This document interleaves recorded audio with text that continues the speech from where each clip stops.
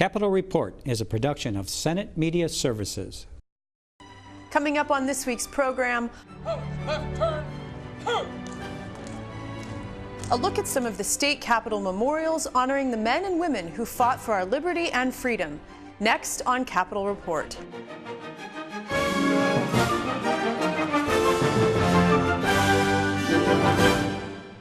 Welcome to this week's Capitol Report. I'm Shannon Lurkey. The Minnesota Memorial to Special Forces in Laos was dedicated in 2016 on the grounds of the Minnesota State Capitol. The memorial is a tribute to the men and women who served in alliance with the United States Armed Forces during the secret war in Laos from 1961 to 1975. On a sultry June morning in 2016, marking the more than 4 decades that have passed since the first Hmong refugees arrived in the United States, a memorial to commemorate the U.S. and Alliance Special Forces in Laos was installed on the Minnesota State Capitol grounds. The monument depicts the contributions, sacrifices, and experiences of the Hmong, Lao, and American soldiers, as well as the nurses, advisors, and volunteers who served and fought for freedom in Southeast Asia from 1961 to 1975. The memorial itself is a 10-foot tall bronze depiction of a bamboo sprout. We came up with the concept of using a bamboo sprout to symbolize the vigorous renewal that the Hmong culture has experienced here in Minnesota, because bamboo was a plant that they used to survive on in the jungles when food sources had all disappeared, and it was their shelter and many other functions for them. So it's an important plant to them, and it also has those qualities of being a vigorous resprouter. If somebody hacks it down, it can come back to life. And that's essentially what happened to them in Laos, is they were almost exterminated, or they were being tried to exterminate them. So they have come back strong and vigorous, full of courage, and that's what we wanted to portray. The inspiration behind the bas-relief depictions on the statue was the story cloths created by the Hmong women in Thai refugee camps. Known for their fine embroidery skills, Hmong women created tapestries portraying events and stories from Hmong history and culture to earn money. Some of these tapestries depict, in great detail, the refugees' harrowing war experiences. My first memory in life was the gush wind hitting my face with blowing sand, to my face. And it's not a natural wind, but it's the sand that, it's a wind that gather all the sand blowing at you, caused by the helicopter or caused by plane taking off from the clandestine airfield of Longchang. Longchang is the name of that airfield. Or landing, or when they're taking people back in the body bags, or when they lift off. So that was my first memory of being at the airfield and sandy wind just blowing in my face. In the early 1960s, fearing the spread of communism, the CIA began a secret war in the officially neutral Kingdom of Laos, recruiting approximately 46,000 Hmong and Lao men and boys who became known as the SGU, or Special Guerrilla Unit, to help fight the North Vietnamese. By the end of the war, as many as 35,000 Hmong soldiers were killed or missing in action, and more than 120,000 displaced Hmong people began to flee. Senator He describes his own family's escape. It's always that they will greet each other loudly and so happy and cuddle each other. But that time, the conversation become whisper.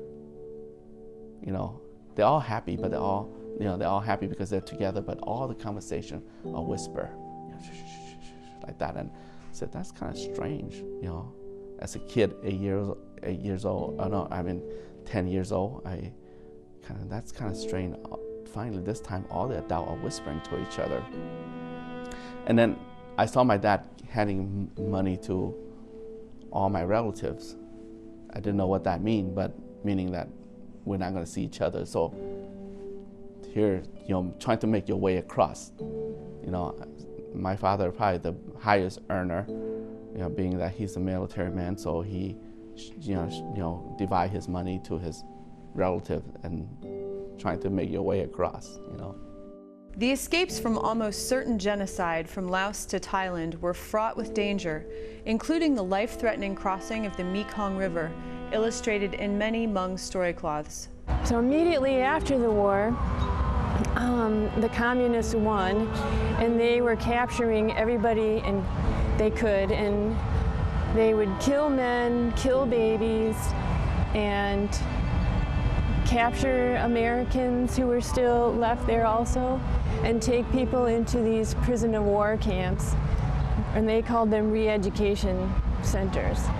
And there they would have to grow vegetables to, you know, facilitate the communists.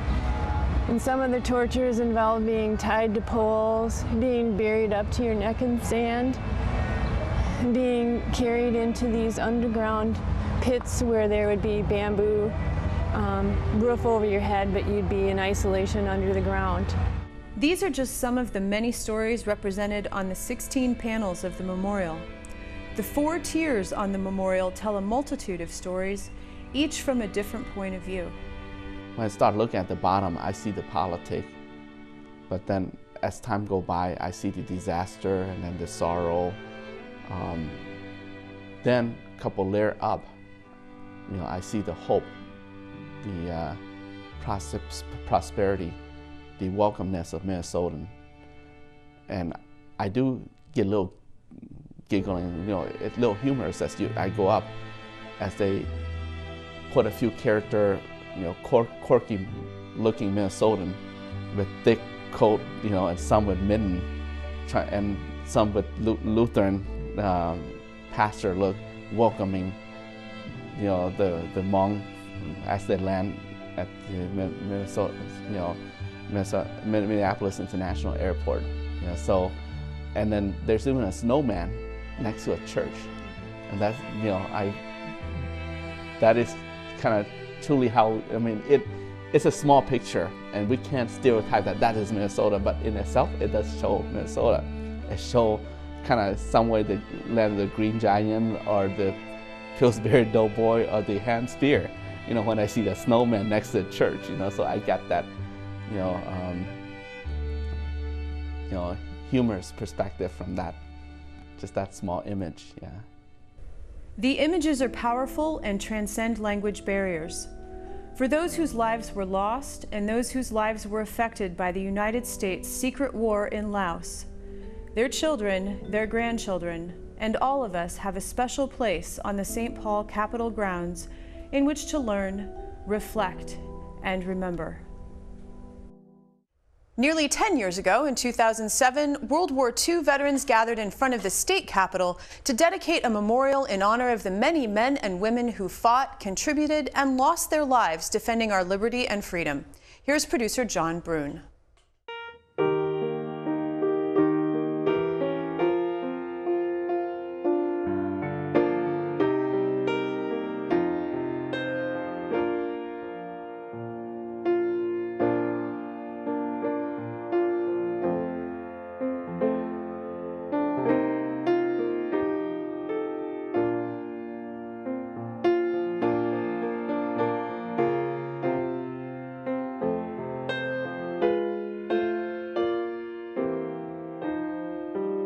They were ordinary men and women charged with an extraordinary task: free the world from the grip of tyranny and oppression. World War II plunged the world into darkness and despair. Americans responded with an unprecedented war effort. From the battlefields of Europe and the seas and shores of the Pacific, to the factories, the volunteers, and the front yards of hometown USA, Americans came together like never before and sacrificed their way of life for a greater cause. This was a world-changing event, and I think everyone understood that they were playing a small part in a huge global issue that had to be decided. And that's something that few other wars have really generated among the general populace. It is in that spirit that Minnesota honors the men and women of the World War II generation. A humble generation, proud of their accomplishments, but uncomfortable with the praise and accolades of others.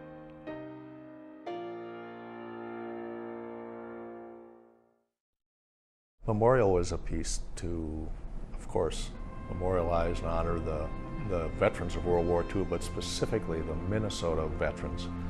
And so we were particularly interested in expanding on that side of the war, the kind of human involvement that the Minnesotans had. Both the Minnesotans who participated in the war throughout the world, but also here at home in Minnesota. So it told more about all of the participants in the war, not just the soldiers who were in combat or supporting combat.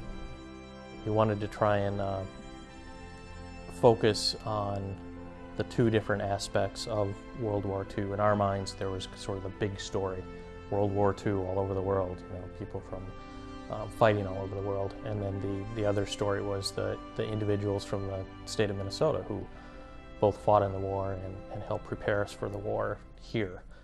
Rich in symbolism, this spacious memorial brings together the anguish of war with the hope and ultimately the glory of victory.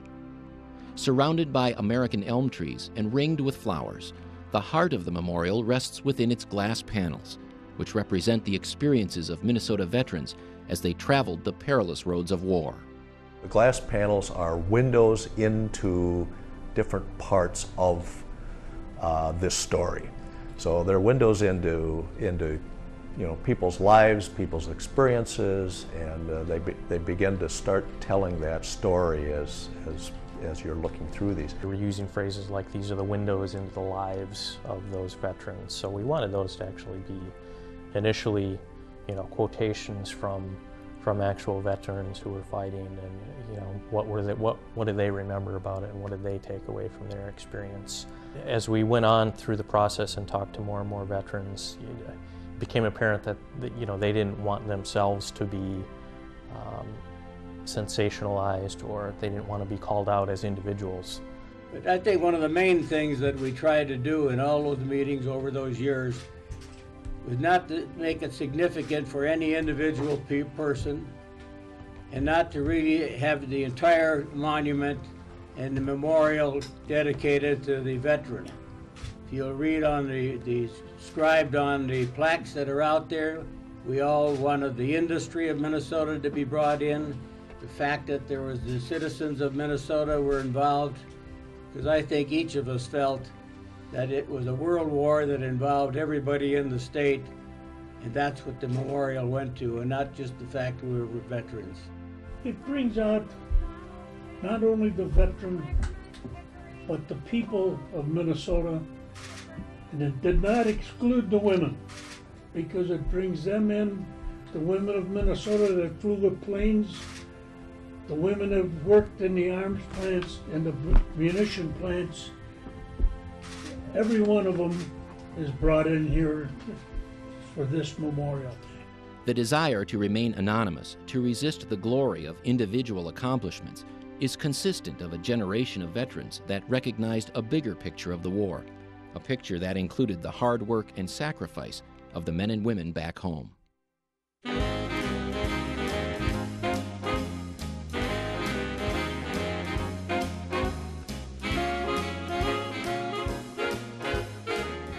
Once war started, everything changed because of the need for all kinds of products, both military products and items to support the military, and a lot of those came from Minnesota. The Iron Range was booming, taconite was developed and fed the war effort. Even things like Spam, southern Minnesota pork production geared up so that luncheon meat could be provided to the soldiers. Science and industry boomed in Minnesota. The Norden bomb site, the C-1 autopilot from Sperry. There was a huge production of gliders right here in the Twin Cities, with parts being made in South Minneapolis and West St. Paul, and St. Paul assembled down at Wool Chamberlain Field into gliders and shipped overseas. So a tremendous amount of production, all different sorts of things, really caused a boom in business in Minnesota. Minnesota felt the impact of war in other ways. Shortages and rationing had immediate impacts on the people. Conservation efforts ramped up with the recycling of seemingly everything from aluminum products to tires and bubblegum wrappers. Minnesota's women not only tended their homes, They became a powerful force in the workplace and in the service. Women served in all of the different branches of the armed forces with women's auxiliary forces. And on the home front, of course, once all the men, or most of the men, were in service in uniform and gone, there had to be people to fill that labor vacuum, and women did that. And saw a good bit of the outside world that they'd never seen before, and found that they could do very well in a whole different range of industries. There were a number who were pretty close to combat and did suffer casualties, and these were, for example, members of the Army Nurse Corps, frequently under fire, usually artillery fire, but they lost casualties. They were very, very close to the front in field hospitals. At the center of the memorial are two sculptural elements designed to tell a more general story. The sunken and raised earth plazas represent the highs and lows of the war. Specifically, the lower plaza with the dark, cold, sharp granite was really meant to represent the lowest point of the war, the darkness, the death, the destruction. We intentionally designed that space so that people felt like they maybe shouldn't actually walk down in that space and be a part of it, but a space to be viewed from a distance and try and see it as something very different. As you move through the memorial, you rise back up.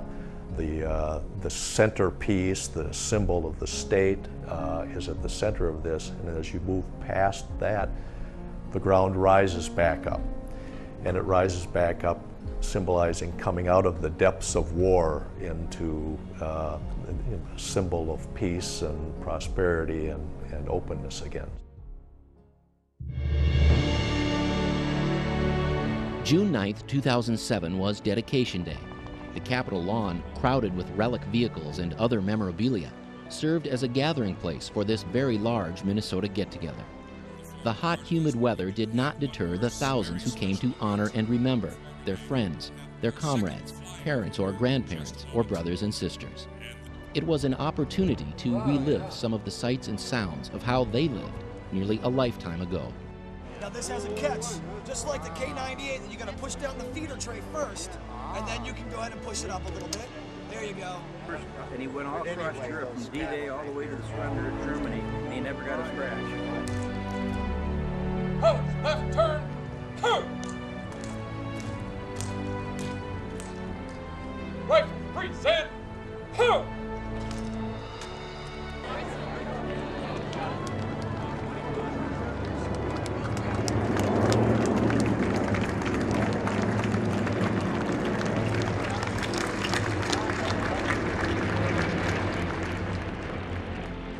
It's important to remember the freedom that we have in this country and what it's taken to provide that freedom to us.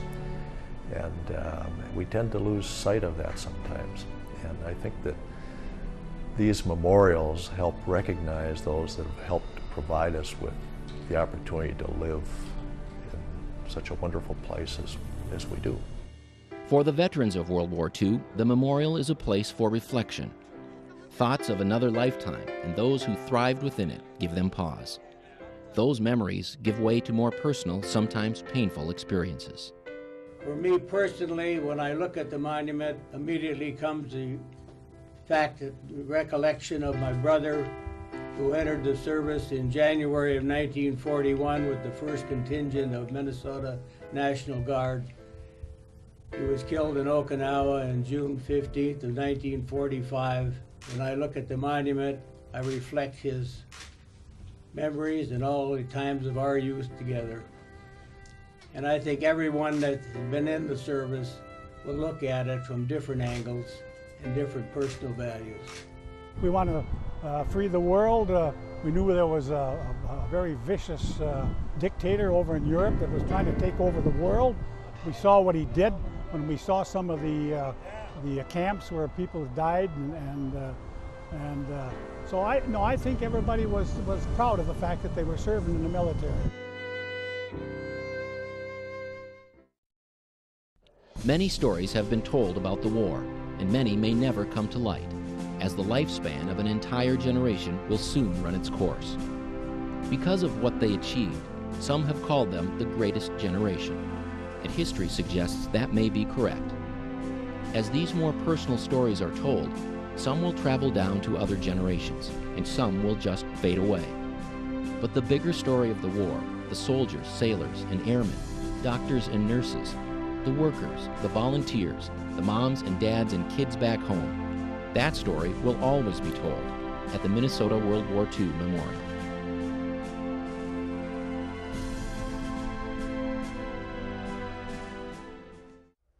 In 1992, Minnesota Vietnam veterans finally received the recognition they deserved when a memorial in their honor was dedicated on the state capitol grounds. At the entrance, there is an inlaid map of Southeast Asia.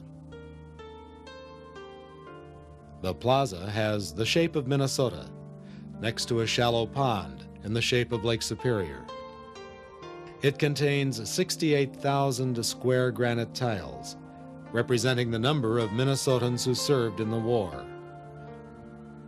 Dark squares mark the hometowns of dead or missing veterans. A carved limestone house represents coming home. Minnesotans who died in the Vietnam War are paid tribute by the Minnesota Vietnam Veterans Memorial on the State Capitol Mall. Many come here to remember, to heal, to honor. Now they have a place to do that. The survivors, mothers, children, siblings, and veterans may find it a peaceful and healing place. My brother was killed in Vietnam in 1968. He served with the 173rd Airborne. In a sense, there's a void. You know, when there's death in the family, that can never be filled. So it can never be completed again. But when I do go there, I do find a place to feel that my brother was at least welcomed home and acknowledged. It is a place of healing, which I guess I had heard that it would be. I didn't really honestly believe that it would be until I saw it. Not only healing for the veterans who came home, but for the families also. Those families include this group of Gold Star mothers who meet regularly to honor and remember their sons, killed in the Vietnam War. But to me, it's a place to go, and you know your boy is there. The state of Minnesota is proud of our boys. It's a place to go to and talk to him. I'm glad it's up there, close to home. I'll feel like my grandson does. He goes and talks to him there. But he says he doesn't answer me. He leaves baseball cards for him and everything. And I said, no, he's listening to you. But it's more of a, that you can communicate better with him. Like the Vietnam Veterans Memorial in Washington, D.C., Minnesota's rose from a desire to recognize the heroes of a war America wanted to forget. It took a grassroots effort of many who believe in remembering those who gave their lives in Vietnam. It was a dream, a need, and a concept that kind of all came together. And I think what made it a success in the end was, you know, the people that worked for it, certainly, but the need of all the other people in Minnesota, the family members of the men who are listed on the wall, and the veterans themselves. Unfortunately, the Vietnam War is still so controversial that I don't think that many companies felt comfortable giving their financial support to the project. So in the end, the Veterans Group went far and wide throughout the state of Minnesota, brought their case to the people, and raised money in small checks, $5, $10, $20, either cash donations or through the sale of t-shirts, those types of things. The final cost of the memorial, $1.2 million, plus countless hours from Minnesota Vietnam Veterans Memorial Board members and others who shared the dream. That effort was finally rewarded with the completion of the memorial. But the three-day dedication ceremony in September of 1992 was a true coming home for many who attended, a moment that perhaps marked the real beginning of healing. On the dedication day, I remember driving over here, I was wondering, are the vets going to be here today? And if you've seen any pictures of that at all, you know that they did show up, and they were there in mass numbers, and it was wonderful. And that as well was a big part of the welcoming home, the acknowledgement, the memorial, the people involved, and all that was very much a part of the healing process, I think, for me. Saturday was the most important day. About 10,000 people arrived for the true dedication of the memorial, as well as General Westmoreland and General Vesey, Governor Carlson and others. And there were beautiful speeches, any one of which in its own right would have been very moving. And then finally on Sunday there were additional speeches given, including by relatives and survivors of those who died in Vietnam.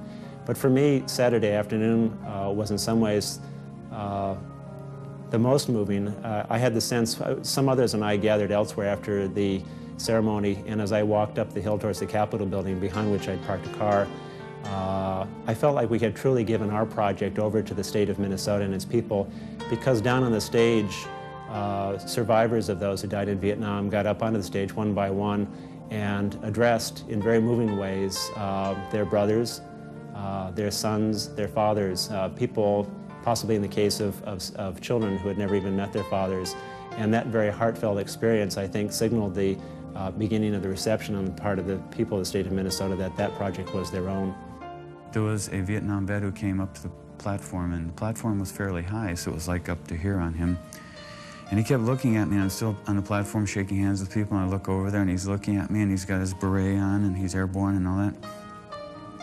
And I go over there, and I kneel down and just talk to him, and he said, "Thanks for welcoming me home." And I go, "What?" He said, "Thanks for welcoming me home." He said, "I never felt welcome home before."